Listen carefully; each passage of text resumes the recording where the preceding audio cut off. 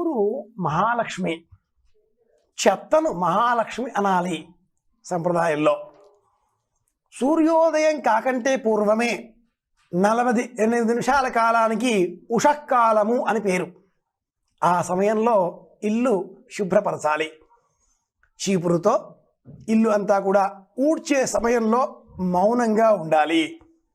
ఇల్లును ఈశాన్యంతో ఊడవడం ప్రారంభం చేసి ఈశాన్యము, తూర్పు, ఆగ్నేయము, దక్షిణము, నైరుతి, పడమర, వాయవ్యము, ఉత్తర దిగ్భాగము ఇలా ఊడ్చుకుంటూ వచ్చి ఉత్తర దిగ్భాగంలో ఆ చెత్త అంతా కూడా సేకరించి ఒక పాత్రలోనికి, పళ్ళెలోనికి తీసుకొని దానిని తీసుకువెళ్ళి ఎక్కడ వేయాలో అక్కడ పెట్టాలి.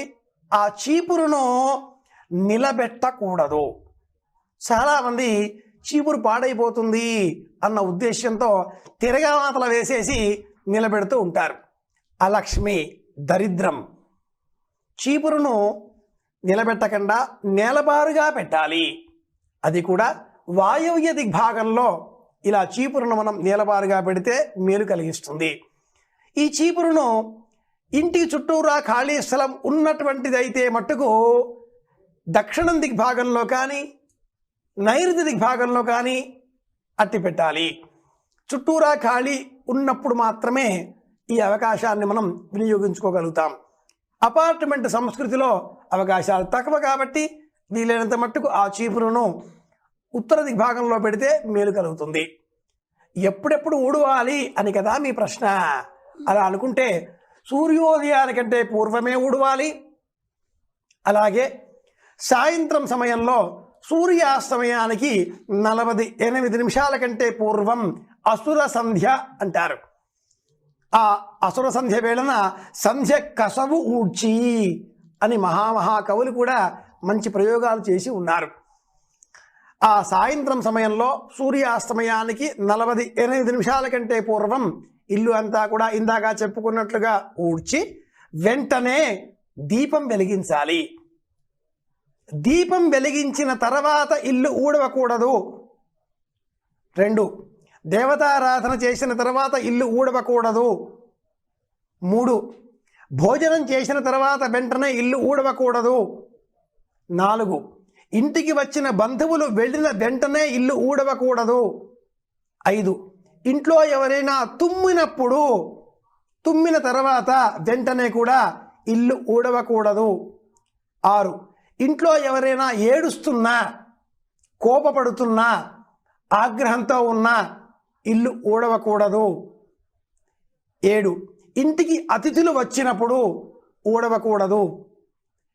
8 తర్వాత 9, దేవతారాధన చేసిన తర్వాత ప్రారంభంలో దీపం వెలిగిస్తాం. దీపం వెలిగించిన తర్వాత కూడా ఊడవకూడదు. చివరగా 10, చాలామంది రాత్రి పడుకునే ముందు ఇల్లంతా శుభ్రంగా ఉండాలి అని కూడా ఊడుస్తూ ఉంటారు. దోషం, ఊడవకూడదు. శ్రీర్మే భజతు అలక్ష్మీర్మే నశ్యతు ఇలా పని పాట లేకుండా ఇల్లంతా శుభ్రంగా ఉండాలి అని చెప్తూ మాటికి ఇల్లు ఊడుస్తూ ఉంటే ఇంట్లో డబ్బు నిలబడదు. ఇంట్లో శాశ్వతంగా డబ్బు ఉండాలి అంటే చీపురుతో ఊడవకుండా తడిబట్టతో తుడవడం అలవాటు చేసుకోవాలి. ఇవి చీపురుకు సంబంధించిన కొన్ని నియమాలు.